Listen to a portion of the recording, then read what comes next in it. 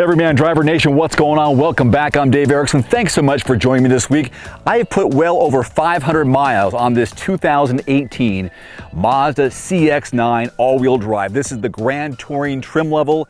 It's a 3-row crossover SUV, and I'm really loving this soul red crystal metallic exterior color. That's why I went red today. Red hat, red sweatshirt, red shoes. It's all red because I don't care what you call it, design language, whatever. I love the way this looks on the outside. It's a very bold, confident exterior. And on the inside, it's got plenty of flexibility, creature comforts, bells and whistles, if you will. Even though that third row isn't that conducive to larger adults, it does work for me. Now let's go ahead and talk about what I've experienced this week with a detailed drive and review. As a mid-size 3-row crossover SUV, this vehicle really caters to families with seating for 7. And the destination possibilities are endless thanks to its all-weather capabilities, from its optional predictive iActive all-wheel drive and class-leading fuel efficiency. This CX-9 provides a premium driving and passenger experience, as you will see. This vehicle remains the flagship of Mazda's lineup, positioned to push the brand to new aspirational heights. And after being named as a finalist for the 2017 North American Utility Vehicle of the Year, the CX-9 further earned commendations as a finalist for both the 2017 World Car of the Year and 2017 World Car Design of the Year, helping Mazda earn spots on both World Car lists for the second year in a row.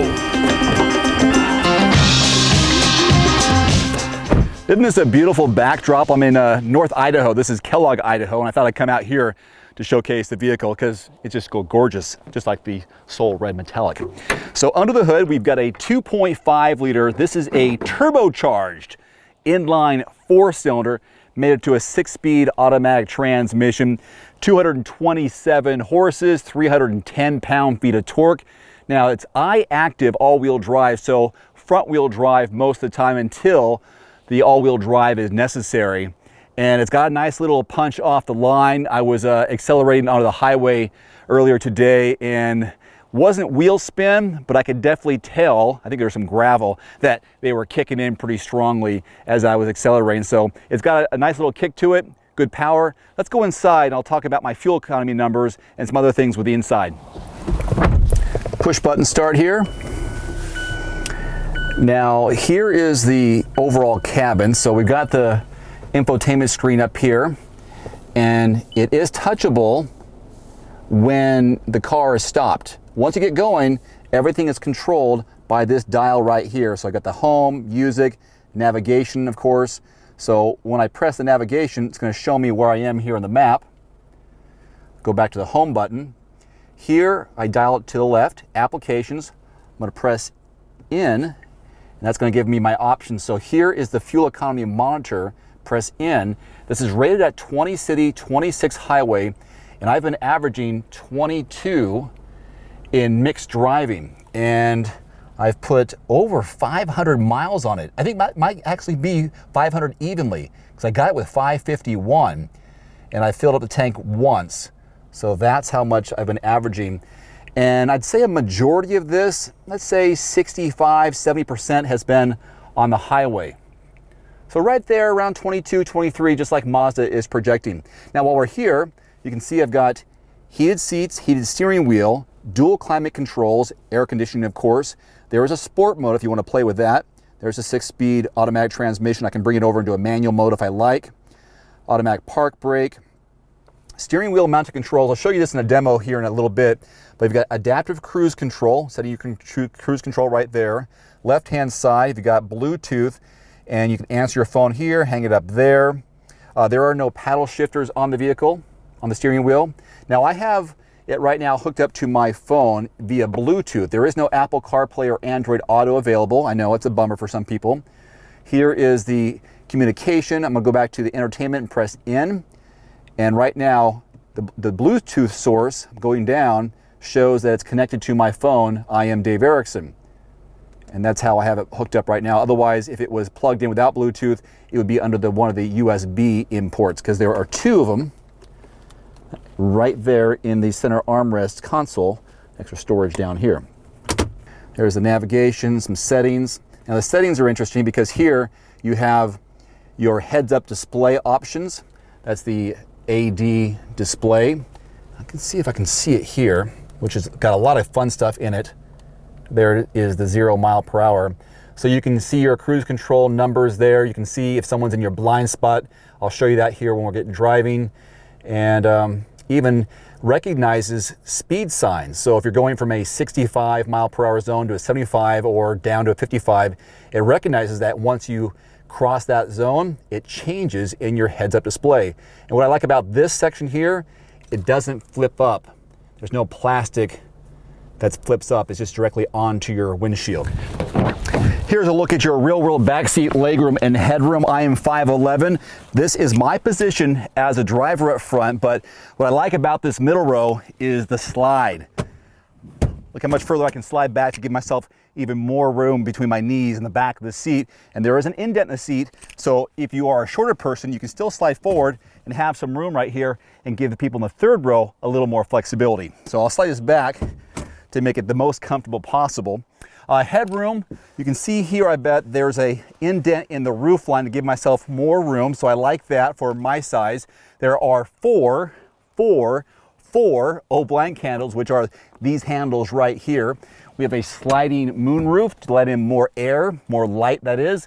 I wish there was one back here, but we don't have that here in the Grand Touring trim level. But we do have climate control, so heated seats for the middle row passengers. That's pretty cool, and you can turn that on and off if you like. There is some storage behind the driver and passenger seat, a fold down armrest right here, a pair of cup holders, additional storage here in the center with two USB ports to charge your smart devices. So that's a smart addition by Mazda, like that. And leather trim seats, really nice. You have this sliding sunscreen for this side and that side, kind of an upgrade for the higher trim levels. This is a 60-40 split. I'll show you more with this when I do the cargo demo. Otherwise, hey, I like it. If you sit here in the middle, the seat's a little stiffer, a little harder, but you can get 3 people my size in the middle row. The big challenge, in reality, is that third row. Let's go ahead and show you what that looks like from someone my size. Now I'm gonna do my best to show you how I can get in the back seat from different camera angles. So I'm going to pull the latch up here on top, which leans it forward, and then it will also slide. So this is gonna give me some room to get in the back. Remember, since it slides, I will have some flexibility in how much room I have, but of course, any extra flexibility I give myself, the person in front of me will have to sacrifice. So pull this back, slide, lock into place. Now I think you can see from this angle, here we go, here's how much room I have between my knees and the back of the seat. The only downside I would say is that my knees sit up higher when I'm in the third row. But surprisingly, I've got some comfort with my knees and the back of this middle row. Again, the person in front of me is gonna sacrifice, so just be creative on the size of adults or kids that you try to squeeze inside the CX-9. Other than that, headroom, I'm right here at the top, but I can lean back a little bit. I got some cup holders where my elbows are. So 2 medium-sized adults or young people in the back would be the best option I would suggest for you in the back of the CX-9. Okay, let's go. There are a few ways to open the trunk lid of the 18 CX-9. There is a push button just to the left of the steering wheel. There is a button here on the key fob to unlock it. You can also use this button here to close it as well. I'll just use the button that's just below the Mazda icon to the right, the backup camera, soft pad, press it, it comes up. Now you're not going to find a lot of cargo room behind this third row, about 14 cubic feet of volume, but we can fold that down to increase it to 38. I'll do that in a second, but here's what 14-ish looks like. So I could possibly fit back here, but I wouldn't recommend it. I wouldn't recommend putting anybody, any human being or animal back there. So to fold these down, you can pull these tabs here, the headrests go down, and then just press forward. Same thing on this side, headrest goes down, press forward, and there is your 38 cubic feet of volume. And now, if you want to do some tailgating, chilling out, checking out the sights and sounds, you can do that, possibly even lay back here. But I wouldn't suggest that. Now, we can fold down that third row, which will increase it to 71 cubic feet of volume. So here's how you would fold down the middle row. There's a tab next to the headrest on either side. I can pull it up and it can slide forward. So there's that flexibility of sliding the seat back in front. Put it back in here. I can pull the tab below the seat as well to do the sliding if I wanted to. And you'll see the handle right there. If I pull that handle like I am here, it'll fold flat. And so now you have a 60-40 fold down split. So you can utilize this area for extended cargo room or do the same thing on this side and make that the section for more cargo room. Okay, now to walk away, I can press this button here, or today I will just press the button here in the key fob and then it will close and then you're good to go.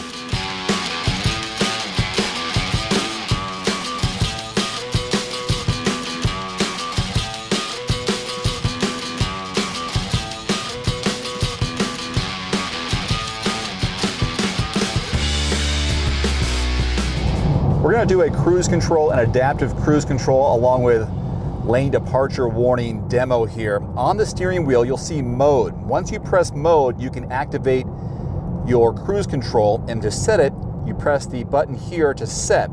Now you'll see it in the window there. There's the information, shows me going 64 miles per hour, and you'll see the lane lines light up if I go to the right of the white line. So watch what happens here. You'll see a lane line go up on the right-hand side, showing that I'm going basically out of bounds. There it is. And I can feel the steering wheel vibrate, telling me to get back in line. You can also see the speed limit sign in there at 75, so definitely we're below 75. And also you'll see a little car next to the 61, and a little flashing light to the left shows there's someone going past my blind spot, and there they go. So all this is here on the heads-up display so you can keep your eyes on the road. So I'm going to set my cruise control by hitting the button down here. I've set it, right now I've set it at 56 because that's the speed I'm actually going right now is 56.